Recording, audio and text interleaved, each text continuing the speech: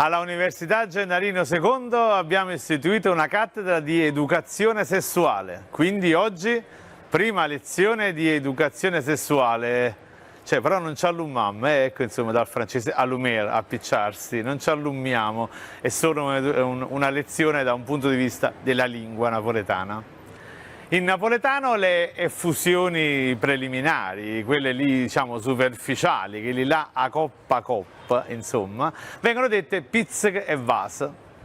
Come dice Salvatore Di Giacomo nella canzone Ich Spingolo francese, pizziche e vas non fanno partose, quindi diciamo lo consiglierei come il più efficace dei metodi anticoncezionali. A proposito di anticoncezionali, la sicurezza totale si ha, come diceva mia nonna, nella famosa locuzione se ride e se pazzea, a tabacchera non si manea. Ecco.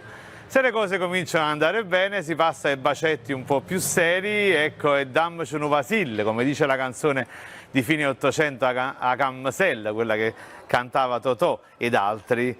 Ma poi se va ancora meglio, i vasi diventano a raffica, i vasi a pizzichil, e ancora una volta devo citare Totò. Si fosse un cardil, si fosse un auciel, ma non venisse fuori la finestra tua e ti magnassi vasa a pizzichil, si fosse un canaria o un cardil.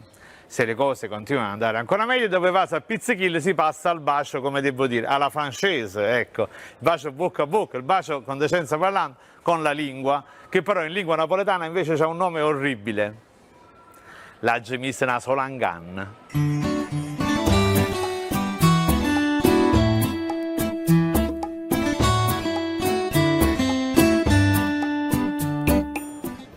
Continua la lezione di educazione sessuale. Se le cose vanno bene dopo i preliminari, si passa insomma, facciamo un volo pindarico, si passa all'amplesso, al coito, insomma, si va a letto. In questo caso la lingua napoletana si sbizzarrisce sulle posizioni d'amore. Qui ovviamente premetto un con decenza parlando, stiamo entrando veramente in un territorio minato. La posizione d'amore più diffusa, quella che in lingua italiana è detta la posizione del missionario, in napoletano c'ha 1000 traduzioni possibili. A proposito, perché del missionario? Ve lo siete mai chiesti?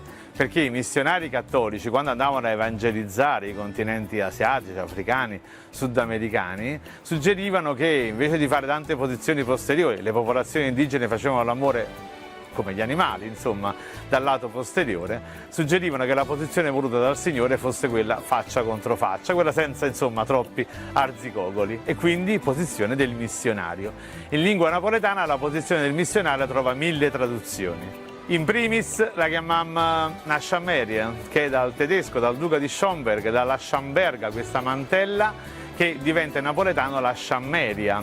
Ancora peggio, una sceriat, che dal verbo sceriare, strofinarsi, e l'origine semantica è evidente. Il più volgare è considerato, con decenza parlando, una chiavata, sì, però semanticamente è dal latino clavus, che significa appunto chiodo, ed è evidente la penetrazione di un chiodo in una superficie che accoglie. E poi ancora altre volgarità, un'angasat, una chiantella. La chiantella è da plantella, è quasi come il plantare della scarpa, come se i due corpi si armonizzassero come il piede sul plantare della scarpa. Oppure una pelle, ancora peggio, che è una buona pelle poliette. Volgarità inaudite, ma che hanno una semantica straordinaria. E ancora un rapporto sessuale però privo di grandi implicazioni, diciamo, di sentimento, è una buttarella. A che le resta proprio una buttarella, anche se, attenzione che sotto a botte, come dice Edoardo Nicolardi e a Mario in Tammuriata Nera, sotto a botte si può rimanere impressionata, la femmina è rimasta sotto a botte impressionata.